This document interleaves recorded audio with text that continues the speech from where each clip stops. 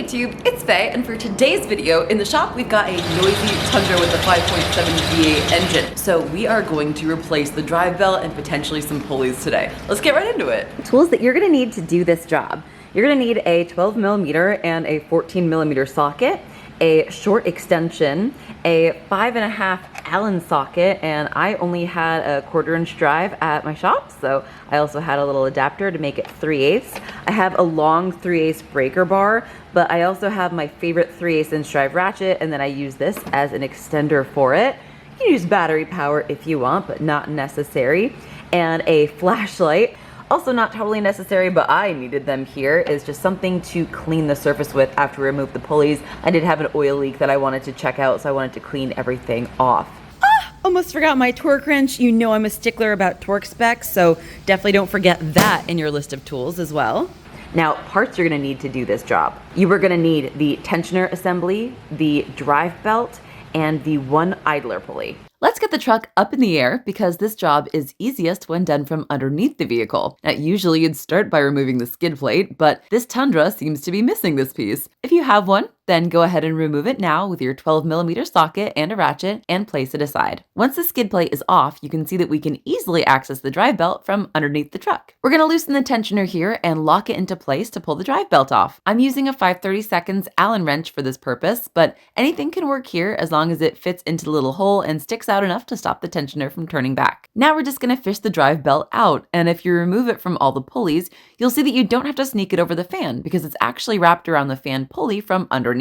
Now that I have the old belt off, let's compare the old and new side by side and verify that I purchased the proper length belt. I just give them a stretch to their full length and make sure that they are the same width with the same number of ribs. The old belt isn't cracking or dry rotted, but you can definitely tell that it's worn. The smooth edge is glazed and the ribs are very worn, which you can really tell when you place the two side by side. Now let's replace the tensioner. The lower bolt is a 12mm. Just reach in there with a little extension and back it out, and the center bolt is that 5.5mm Allen head. Let's sneak the tensioner out of here and inspect the pulley bearing. It's hard to tell how bad these are sometimes when they're unloaded, but often you can feel a grittiness or wear in the bearing when you spin them, and sometimes they'll even make a noise, even without the belt applying force to one side of them. This one isn't awful, but I definitely feel wear. Also, while that tensioner is out, we can get a really good look at the water pump from here and just make sure it's not leaking, and everything looks really good. We've got another pulley we're going to be removing now that is an idler pulley, and you can barely see it from down here, so we'll get that one from the top. All right, well, I know you can't feel through the screen, but there's definitely something going on inside of there. It is chunky. It is feeling chunky. So I don't hear anything crazy when I spin this, but it definitely feels like it's catching on one of the roller bearings inside, and there's like the same spot that it's catching on every single time. So definitely due for a replacement. Here's our new one. Before I install it, I'm just gonna clean the area really good with a wire brush and compressed air. Oh my goodness, and let's take a peek in there too. We can see there is a lot of oil leaking down the front of that engine. Ooh, and it's gonna be kind of hard to tell where it's coming from because it's so caked. So I'm gonna go ahead and clean that off right now so that the next time I see this truck, I'll be able to tell exactly where that oil is coming from. Little Scotch-Brite, little bristle brush, some brake clean, and some compressed air later, and this area is pretty clean. Now let's install our new idler pulley. I'm always installing the bolt hand tight first because these threads are going into the aluminum front cover and the threads are easy to strip. We're gonna torque the idler pulley to 32 foot-pounds. Now I'm doing the same for the tensioner pulley, cleaning off the mounting surface and cleaning up some of the gunk behind it, then sneaking it up into place and threading in that center bolt, leaving it loose while I install the lower mounting bolt, then tightening down the two together, and then torquing both of them to spec. Now let's get our new belt installed, and here is the routing diagram. Now let's grab our tool out of our old tensioner so we can swap it over into the new tensioner before installing the drive belt.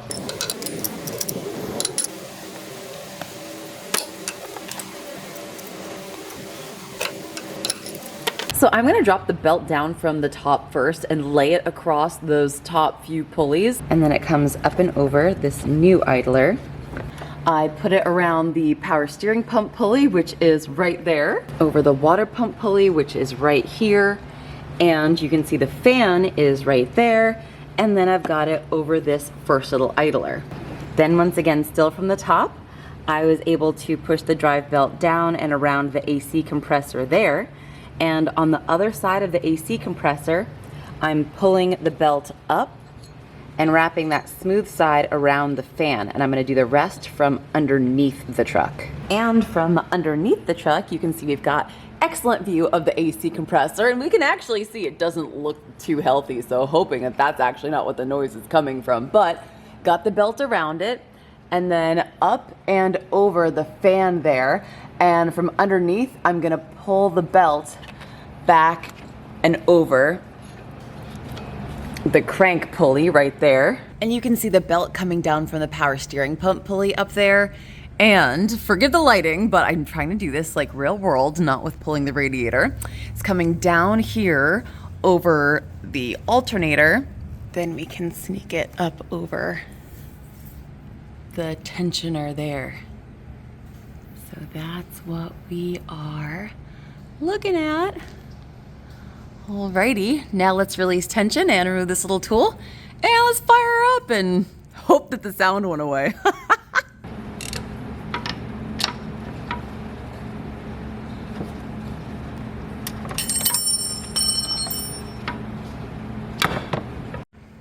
Now we're just gonna put eyes on it from underneath here and make sure that the belt is sitting properly in every single one of the pulleys, and we'll do the same thing up top.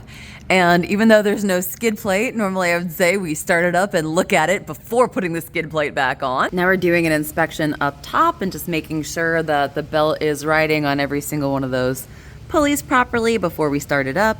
All right, that was pretty easy. Now let's fire up the truck and let's see if that noise has gone away.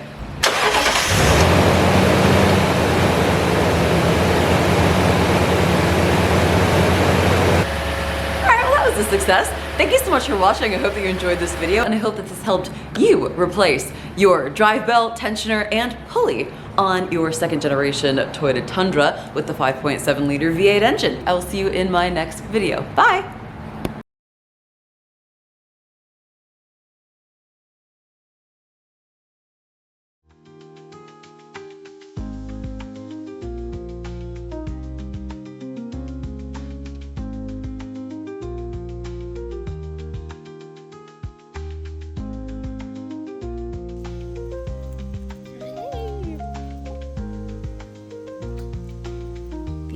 Are my sister's chickens for a little change of hi Roofy Peppy. Hi Rada. You are Rada's a little scraggly right now. It is that time of the year. I know, you're molting. Hi lamb. Hi honey.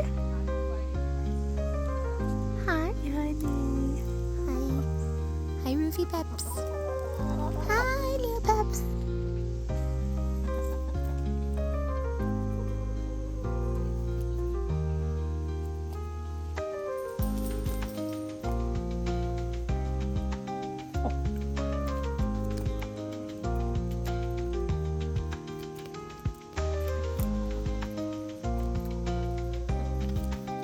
Hi, lamb. Hi, lamb. Oh, honey, your little face is so cute. You're so chatty.